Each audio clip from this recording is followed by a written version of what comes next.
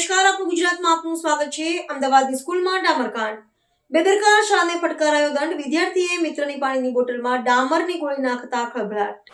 અમદાવાદના મણિનગર વિસ્તારમાં આવેલી પ્રતિષ્ઠિત દુર્ગા સ્કૂલમાં એક ચોંકાવનારી ઘટના સમાવી છે। 28 જાન્યુઆરી 2026ના રોજ શાળામાં રિસેસ દરમિયાન એક વિદ્યાર્થીએ પોતાના જ મિત્રની પાણીની બોટલમાં ડામરની ગોળી નાખી દીધી હતી। જોકે પીડિત વિદ્યાર્થીને બોટલમાંથી અજીબ ગંધ આવતા તેણે પાણી પીધું ન હતું, જેના કારણે મોટી હોનારત ટળી હતી। શાળાએ તાત્કાલિક બાળકને પીડિયાટ્રિશિયન પાસે તપાસ માટે મોકલ્યો હતો, જે તે સંપૂર્ણ સ્વસ્થ જાહેર થયો છે। આ મામલે જિલ્લા શિક્ષણ અધિકારી કચેરીએ કડક વલણ અપનાવ્યું છે। શાળામાં આવી ગંભીર ઘટના બની હોવા છતાં તંત્રને જાણ ન કરવા બદલ દુર્ગા સ્કૂલ વિરુદ્ધ શિસ્તભંગના પગલાં લેવામાં આવ્યા છે। ડીઈઓએ પ્રાથમિક તપાસ બાદ શાળાને 10,000 રૂપિયાનો દંડ ફટકાર્યો છે અને કારણદર્શક નોટિસ પણ પાઠવી છે। અધિકારીએ સ્પષ્ટ કર્યું છે કે જો તપાસમાં વધુ બેદરકારી જણાશે તો કડક કાર્યવાહી કરવામાં આવશે। સોશિયલ મીડિયા પર આ ઘટનાને બોટલમાં ઝેર તરીકે ફેલાવવામાં આવી રહી છે, જેનો ડીઈઓએ સખ્ત શબ્દોમાં ઇનકાર કર્યો છે। તેમણે જણાવ્યું કે આ બાળકો વચ્ચેની એક ખોટી મજાક હતી। ઝેર નાખવાની વાત તદ્દન પાયાવિહોણી છે। જોકે શાળાએ આ બાબત છુપાવવાનો પ્રયાસ કર્યો તે ગંભીર બેદરકારી છે। આ ઘટનાએ શાળાઓમાં બાળકોની સુરક્ષા અને માનસિકતા અંગે વાલીઓમાં ચિંતા જન્માવી છે। વધુમાં અમદાવાદની મણિનગરની શાળામાં પાણીની બોટલમાં ગોળી નાખવાના બદલે શિક્ષણ મંત્રી પ્રદ્યુમનભાઈ વાજાએ તપાસના આદેશ આપ્યા છે। તેમણે જણાવ્યું કે બાળકની મેડિકલ તપાસ બાદ તે સ્વસ્થ છે અને જવાબદારો સામે કડક કાર્યવાહી કરાશે। ધોરણ 6માં અભ્યાસ કરતા વિદ્યાર્થી હશે અને 23 તારીખને બુધવારે જ્યારે 4 વાગ્યાની રિસેસ પડી ત્યારે વિદ્યાર્થીઓ બહાર ગયા।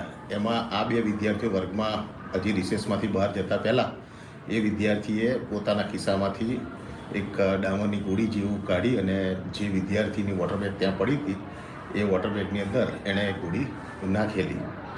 ત્યાર પછી બધા બહાર જતા રહ્યા। રિસેસ પૂરી થઈ, બધા વિદ્યાર્થીઓ વર્ગમાં આવ્યા અને જે વિદ્યાર્થી હતો એણે પાણી પીવા માટે એની પોતાની બોટલ ખોલી એટલે છોકરાને સ્મેલ આવી। એને સ્મેલ આવી એટલે એણે પોતે બાજુવાળાને અને પાછળવાળાને બધાને સૂંઘાડી।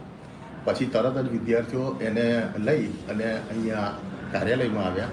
અમારા સંચાલક એના વાલીને જાણ કરી અને તરત જ પીડિયાટ્રિક ડૉક્ટર પાસે લઈ ગયા। વાલીની હાજરીમાં એનું ચેકિંગ કરાવ્યું, કંઈ ઘટના એને પીધેલું નહોતું કે કશું એવું નથી। પછી ડૉક્ટરની સલાહ પ્રમાણે તે વિદ્યાર્થી ઘરે ગયો। બીજે દિવસથી શાળામાં પણ આવે છે। પછી બીજા દિવસે જે વિદ્યાર્થીએ ગોળી નાખી હતી અને જે ભોગ બનનાર હતો બંનેના વાલીને બોલાવ્યા અને એને જોડે ચર્ચા કરી। ત્યારે જે ગોળી નાખી હતી એ વિદ્યાર્થીના વાલીએ જણાવ્યું કે એમને પતંગનો વ્યવસાય છે અને ઘરે ડામરની ગોળી એમના ત્યાં હતી અને એમાંથી એમની ધ્યાન બહાર એ લઈને આવ્યો હતો। જે વિદ્યાર્થીએ નાખી હતી એણે પોતે પણ કબૂલ્યું કે મારી ભૂલ છે કે મેં આ ગોળી એમાં નાખી। અને પછી અમે એના પર કાર્યવાહી કરતાં એ વિદ્યાર્થીને અત્યારે ઘરે મોકલી દીધો છે એમની જોડે નોંધ લઈને કે આ બહુ ગંભીર ઘટના છે। આનાથી વધારે થઈ શક્યું હોત તો અમે શું જવાબ આપી શકત, એટલે અમે એને તરત જ ઘરે વાલીની હાજરીમાં વાલીની સાથે એને ઘરે મોકલી દીધો છે અને એને શાળામાં આવવાની ના પાડી દીધી છે। જ્યારે જે વિદ્યાર્થી ભોગ બન્યો હતો તે વિદ્યાર્થી એ વાલીની સંમતિથી એ વિદ્યાર્થી શાળામાં આવે છે અને આજે પણ અભ્યાસ કરે છે।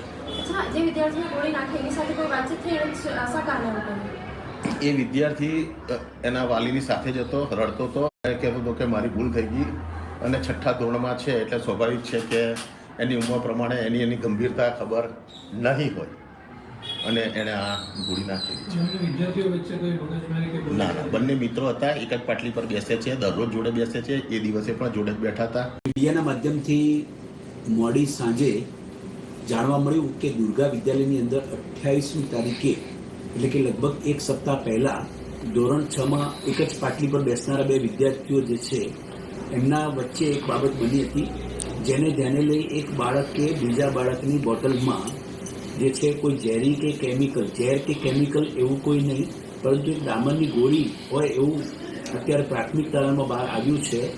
એટલે વર્તમાનપત્રમાં ઝેર નાખવામાં આવ્યું તે બાબતોને અહીંયાથી અમે એને દૂર કરીએ છીએ। બીજું કે આ બાબતના પ્રાથમિક અહેવાલો અમે મંગાવી લીધા છે, શાળાને શોકોઝ નોટિસ આપી છે, તાત્કાલિક અસરથી ખુલાસો કરવા જણાવ્યું છે, સીસીટીવી ફૂટેજ પણ અમે માગી લીધા છે। સીસીટીવી ફૂટેજ અને વિગતવાર અહેવાલ આવેથી આગળની બાબતોનો સ્પષ્ટ ખ્યાલ આવશે। પરંતુ શાળાએ જે બેદરકારી દાખવી છે એ દાખવી છે કે જ્યારે ઘટના 28 તારીખે બને છે અને એક સપ્તાહ સુધી તમે આ પ્રકારની બાબતોનો તમે અત્રેની કચેરી સુધી તમે કોઈ રિપોર્ટ કરતા નથી, જાણકારી આપતા નથી. તે બાબતોની ગંભીરતાને ધ્યાને લઈ શાળાની ઉદાસીનતા જોઈ સદર શાળા દુર્ગા વિદ્યાલયને 10,000 રૂપિયા દંડ આરટી તહેત કરવાનો નિર્ણય પણ કર્યો છે. સાથે સાથે વધુમાં વિગતવાર અહેવાલ આવશે, ત્યારબાદ આગળનો નિર્ણય લઈ શકાશે. પરંતુ બાળકો વચ્ચે ક્યાંક પ્રાથમિક અહેવાલમાં એવી બાબત આવી છે કે મૂળ મજાકમાં એક બાળકે બીજા બાળકની બોટલમાં આ પ્રકારનું મૂક્યા પછી બાળકે એની જે દુર્ગંધ આવતા એ તરત જ પ્રિન્સિપાલ ઓફિસમાં આ જ બધા વિદ્યાર્થી સાથે જ ગયા છે અને તરત જ એના વાલીને બોલાવીને શાળાએ હોસ્પિટલમાં તાત્કાલિક અસરથી તો પણ આવું તપાસ કરવા માટે કે ભલે બાળકે પીધું નથી પાણી, છતાં પણ તપાસ પીડિયાટ્રિશિયન પાસે કરાવી અને બાળક એકદમ સ્વસ્થ જ રહ્યું છે અને ત્યારબાદ પણ દરરોજે દરરોજ શાળામાં શૈક્ષણિક કાર્ય માટે આવે છે. એટલે એ રીતે જોવા જઈએ તો આ ઘટના આ પ્રકારે બનેલી છે. પરંતુ આ બાબતને એવું ચોક્કસ ગંભીરતાપૂર્વક લેવું જોઈએ. એ બાબતનું અમે તમામ શાળાઓને પણ આ સાથે તકેદારીના પગલાં લેવા શિસ્ત સમિતિની શાળા કક્ષાએ જે રચના કરવા બાબતની જે સૂચના આપેલી છે એ પ્રમાણે શાળાઓમાં કામ થાય એ પ્રકારનું પુનઃ અમે તમામ શાળાઓને તાકીદ કરી જાણ આપ કરી. જે દિવસે 7th ગ્રેડની ઘટના બની, 7th ગ્રેડની ઘટના એક આખી અલગ છે. એ ઘટનાને ધ્યાને લઈ શું બન્યું છે આગળનું આખો ઘટનાક્રમ તમને ખ્યાલ છે. આ ઘટનાને પણ હું ખૂબ નાની છે એવું નહીં કહું. तो व्हाट्सएप, ट्विटर, फेसबुक, इंस्टा जहाँ भी आपका अकाउंट है, इसे शेयर बटन के द्वारा वहाँ पर शेयर करें.